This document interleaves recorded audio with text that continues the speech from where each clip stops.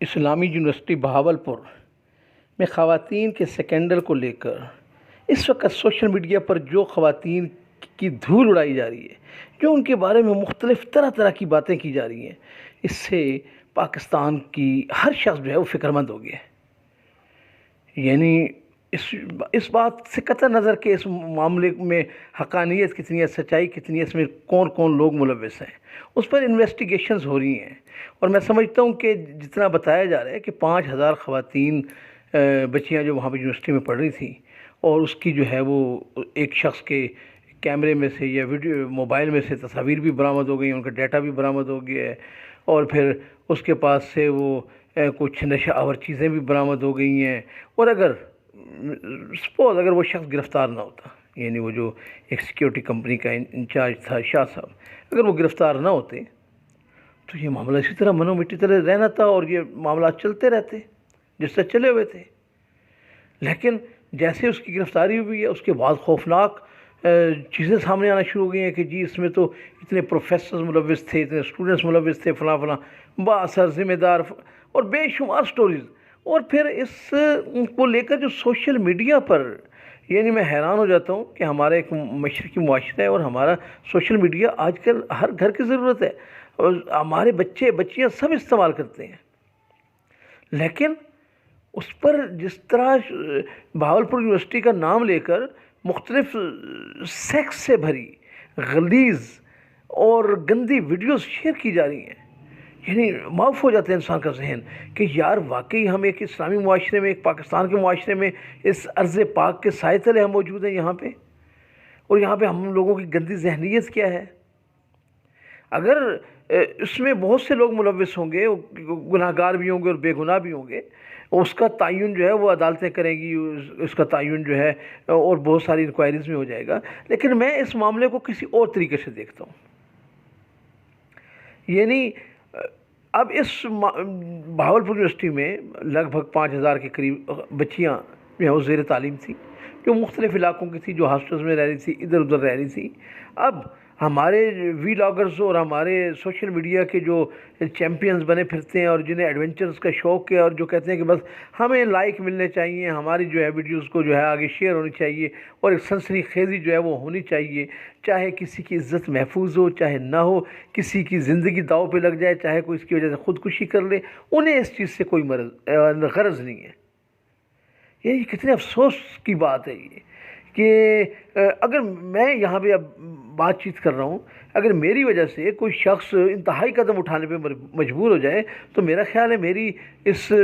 بات چیت کرنے کا یا میری اس ویڈیو بنانے کا یا میرا اس طرح کے کام کرنے کا کوئی حق نہیں ہے کہ میری وجہ سے میں معاشرے میں سدھار کے بجائے میں انتشار کا سبب بنوں۔ تو میرا خیال ہے ایسا نہیں ہونا چاہیے تھا۔ اب حیران کن بات ہے کہ خدا نہ خواستہ ان ہاسٹلوں میں رہنے والی یا وہاں پہ زیر تعلیم ساری کی ساری بچیاں ہی جو ہے وہ خراب تھیں، ان کے کریکٹر ٹھیک نہیں تھے، اور ساری کی ساری پاس اور فیل ہونے کا پروسیجر وہی تھا جو بتایا جا رہا ہے۔ ان کو جو ہے کس طریقے سے ڈیروں پہ لے جایا جا رہا تھا۔ یار یہ کو کرنے والی بات ہے، خدا کا خوف کریں۔ یعنی جو بچیاں وہاں پہ پڑھ رہی تھی، ہم نے ان سب کو شک کے دائرے میں لا کے کھڑا کر دی ہے۔ کل کو ان بچیوں کی شادیاں ہونی ہیں، ان کے رشتے ہونے ہیں، ان کی زندگیاں آگے چلنی ہیں، ان کے فیوچرز ہیں، تو وہ کس طرح اپنے زندگیوں کو گزاریں گی؟ ان کے بارے میں کیا کہا جائے گا کہ یہ اسی 2023 کی اسٹوڈنٹ ہے جب وہاں پہ اس طرح کا سکینڈل ہوا تھا، اور وہاں پہ جو ہے وہ اتنی ہزار بچیوں کے متعلق یہ خبریں آئی تھیں۔ ان والدین کو بیچاروں کو اذیت پہ ہم نے مبتلا کر دی ہے سوشل میڈیا نے اور ہمارے اداروں نے۔ یعنی والدین، ہر شخص جو ہے وہ اپنی بچی کو شک کی نظر سے دیکھ رہا ہوگا، اور وہ چاہے جتنی مرضی ہے بچی تعویلیں پیش کرے، بیٹی جتنا مرضی ہے کہہ لے، لیکن اس بیچاری کی کس نے سننی ہے؟ ہمارے معاشرے میں سنتا کون ہے؟ ہم جس تعفن زدہ معاشرے میں رہتے ہیں، یعنی یہ سوچنے والی بات ہے کہ ہم جس معاشرے میں رہتے ہیں یہاں پہ عورت کی عزت ہے کیا؟ یعنی یہاں پہ ونی کے نام پہ اور سورہ کے نام پہ جو ہے بچیوں کو قربان کر دیا جاتا ہے، اور خدا کا غضب کہ 4 سے لے کر 14 سال تک کی بچیاں جو ہیں صرف لوگوں کی ذاتی انتقام کا اور ذاتی جو ہے گرج کا جو ہے وہ شکار ہو کے، یعنی ونی کے نام پہ، اور جو ہے وہ قربان ہوتی ہیں بیچاری، اور انہیں بڈھے بڈھے مردوں سے بیاہ دیا جاتا ہے، اور ان بیچاروں کی سنتا ہی کوئی نہیں ہے ان بچیوں کی۔ اور یہ ناپاک رسم آج بھی موجود ہے۔ بجائے ہم ایسی رسومات کے خاتمے کو اپنے معاشرے کو تعلیم یافتہ کرتے، یعنی آج ہمارے معاشرے کی ایجوکیشن کی کیا صورتحال ہے کہ ایجوکیشن میں خواتین جو ہیں وہ پہلے اسکولوں میں نہیں جاتی، ان کے لیے تعلیم دیکھ لیں کہ آپ 2000 میں جو ہے آپ کا GDP کیا تھا خواتین کے لیے، 1.82 تھا،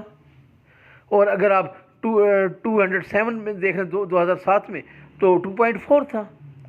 GDP ہمارا یہ تھا ٹوٹل گروتھ ریٹ، اور آپ یہ دیکھ لیں کہ ہمارے ہاں عورتوں کی ایجوکیشن کی صورتحال کیا ہے، جبکہ آپ دنیا کے بڑے بڑے جو فلاسفرز ہیں، بڑے بڑے پڑھے لکھے لوگ جو ہیں، جناب محمد مصطفیٰ صلی اللہ علیہ وسلم جو ہیں، انہوں نے بھی عورت کی تعلیم پر زور دیا، نیلسن منڈیلا نے بھی یہی بات کی، جو بھی دنیا کے فلاسفر گزرے ہیں انہوں نے کہا کہ آپ مجھے جو پڑھی لکھی مائیں دیں، میں آپ کو پڑھی لکھی نسل دوں گا۔ لیکن ہمارے ہاں کیا ہے کہ ہمارے ہاں تو بچیوں کو اسکول بھیجنا بھی ایک چیلنج ہے، یہاں پہ تو لڑکیوں کو اسکول نہیں بھیجا جاتا، یہاں پہ تو بچیوں کو جو ہے ہم کہتے ہیں کہ یہ تعلیم یافتہ نہ ہوں، ان کو قرآن سے ان کی شادی کر دی جاتی ہے تاکہ ہم اپنی جائیداد کو بچا لیں۔ مطلب ہے کہ ہمارا جتنا بھی ظلم ہے، اپنی زیادتی جو ہے ہمارا اپنی بچیوں کے اوپر ہے، اور اگر ہم آج جو ہے ان کے سوالیہ نشان کھڑا کر دیں کہ یونیورسٹیوں میں یہ ہوتا ہے اور کالجوں میں یہ ہوتا ہے، تو لوگ تو پہلے ہی بہانے ڈھونڈتے ہیں کہ یار کسی طریقے سے ہماری بچیاں اسکول میں نہ جائیں۔ ہم تنگ نظر لوگ ہیں،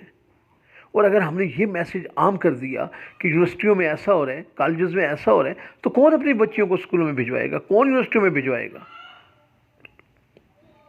ہم معاشرے کو کہاں پہ لے کے جا رہے ہیں؟ یعنی یہ تو ایک انتہائی ظلم کی انتہا ہے، یعنی اس سے بڑا ظلم ہو ہی نہیں سکتا۔ ہماری عورت جو ہے وہ پہلے بیچاری ایک لونڈی کا کردار ادا کرتی ہے، وہ دقیانوسی سوچ ہے ہماری۔ ہم نے عورت کو ویسے ہی جو ہے وہ تعلیم کے حق سے محروم کر رکھا ہے، تو اوپر سے ہم یہ کریں۔ ہماری عورتیں جو ہیں، ہماری بچیاں جو ہیں وہ تاوان اور ہرجانے کے طور پہ جو ہے سورہ میں اور اس میں استعمال ہوتی ہیں، تو ونی میں۔ تو کہنے کا مقصد یہ ہے کہ ہم بجائے یہاں پہ بچیوں کے لیے کو آسانیاں پیدا کرتے، اور ان کے لیے ہم یہاں پہ جو ہے اپنے معاشرے میں جو ہے وہ کوشش کرتے کہ یہاں پر بچیوں کو فیسیلیٹیٹ کیا جائے، بچیوں کی تعلیم کو آنر سمجھا جائے، والدین اپنے لیے اعزاز سمجھیں۔ بہت سے لوگ ہیں جو اپنی بیٹیوں کا ذکر تک نہیں کرتے، کاغذات میں نہیں لکھتے۔ اب آپ دیکھ رہے ہیں کہ غیرت کے نام پہ قتل جو ہے یہ صرف پاکستان میں ہے، یعنی 2020 میں 2020 میں 422 قتل ہوئے غیرت کے نام پہ۔ 2019 میں کتنے تھے؟ 380 380 لوگ جو غیرت کے نام پہ قتل ہوئے، اور 2016 میں جو یہ تعداد تھی 1100 تھی کہ لڑکیوں کو قتل کر دیا گیا، اور پشاور میں اور سندھ میں، یہ ہمارے یعنی KP میں اور سندھ میں جو ہے یہ بہت زیادہ اس چیز کا ہے، اس چیز پہ زور ہے۔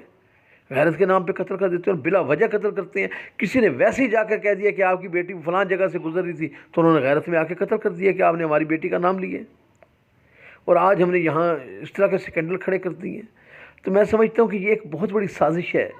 کہ پہلے ہی ہمارے ملک میں جو ہے وہ تعلیم کی کمی ہے، ہمارے ہاں جو ہے ایجوکیشن کا بہت بڑا مسئلہ ہے، ہمارے ہاں سماجی مسائل ہیں، اور اگر آج ہم یہ کام شروع کر دیں گے کہ ہم اپنی بچیوں کی تعلیم پر، پڑھنے پر سوالیہ نشان